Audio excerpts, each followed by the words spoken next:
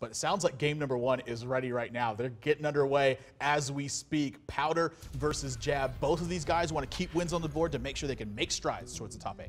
Yeah, I mean, every single win that Jab gets from here on out, he's getting, one step closer to the top 8. He's very close to actually clinching already.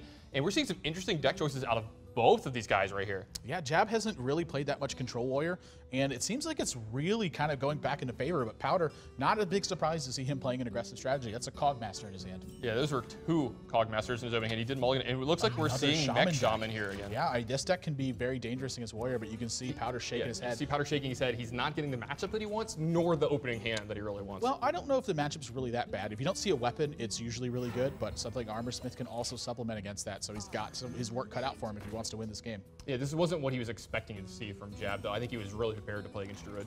Ooh, Whirling Zap-O-Matic gets picked up. We've seen some crazy things happen in the history of Hearthstone with that card. Powder fist pumping with that when he's like, oh yeah, give me that Whirling Zap-O-Matic. But Jab, he's got a couple answers to this.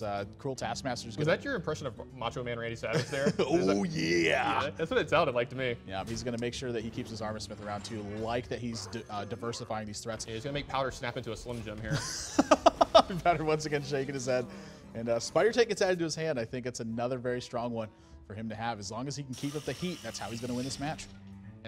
Constantly keeping this Cog Master at a 3-2 is kind of a big deal going forward from here. Yeah, I'm having a little bit of struggle. Should I attack the face or should I attack this Armor Smith? I think that because it's kind of contested directly by the Cruel Taskmaster, that attacking the Armor Smith's the right play. But yeah, great turn here from Jab. Yeah, able to punish him. I mean, oftentimes with Warrior, they don't want to be using their shield slams and their executes very early, but against the aggressive strategies, it's important to keep that tempo in. Not only is it important, it's just actively good. It's where you want to be. Yeah, Tinkertown Technician only going to be a 3-3 right now, and Powder doesn't want to use Earth Shock, wants to save it for something higher priority.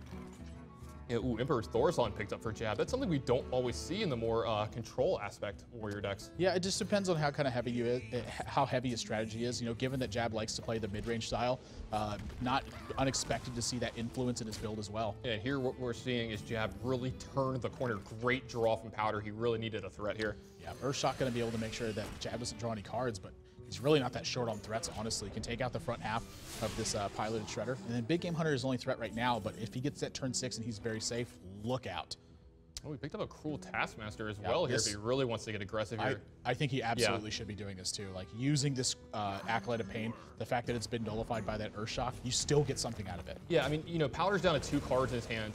Oh, geez, that's not what he wanted to see at all either. Jab going to hang on to this Big Game Hunter.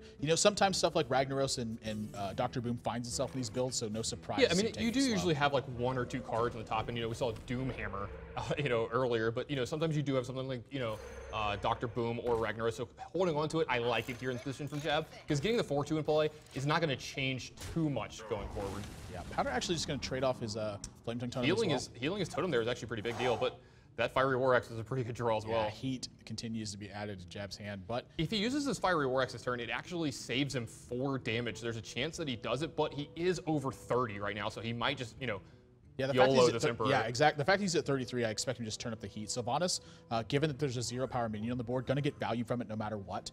Will steal out this Flame Tongue Totem. I actually think that Sylvanas is a little bit better here than Emperor Thorson is. Given the fact that he can take that Flame Tongue Totem away, but he's going to go with Emperor instead. Once he's taking into account his turns. Oh, he's going to go with Sylvanas instead. If he played the Emperor, he was looking at a 5-minute Sylvanas combined with the Fiery War Axe next turn. But I like that he's just kind of taking it slow and going with Sylvanas here. Even going to make sure it sticks to the board as long as it possibly can. And Powder, he is basically out of gas at this point. You're going to see him crackle the Sylvanas here and then possibly run it. He's going to actually deal the damage first. Yeah, I'm just going to roll the die here. He needs some major help. It's hard for him to miss. Yeah. Yeah, and then it takes the Healing Totem away. Not too sad about it. Does now get some extra pressure on the board.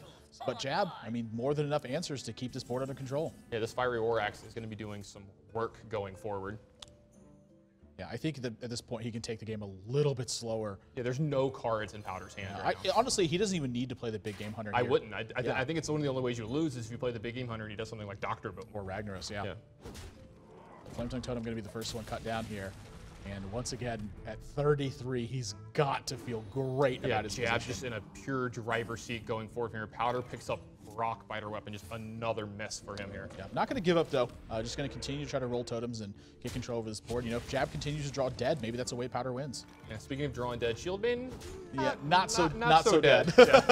Emperor Thor's not going to get added to this board. Powder does not have a way to check it. And starting to look like he's got a big clock on him. Oh, this is like the nightmare scenario in a lot of situations. There's an Emperor Thorson on the other side of the board. You don't have an answer to it. It's probably going to activate more than once. Ooh, Fire Go Destroyer. That will add some pressure to the board. That has a chance to get BGH, though. It certainly does. But, you know, he's got to go for you it. rooting for, like, oh, yeah, roll high, roll high. Wow, Powder just going gives to up. give up this game. I do not like this concession from Powder. Not Again, at all. let's say Jab's hand is something like 2 executes, and you just draw your 3 biggest minions in a row. You can still turn that game back around. I do not like this conceit.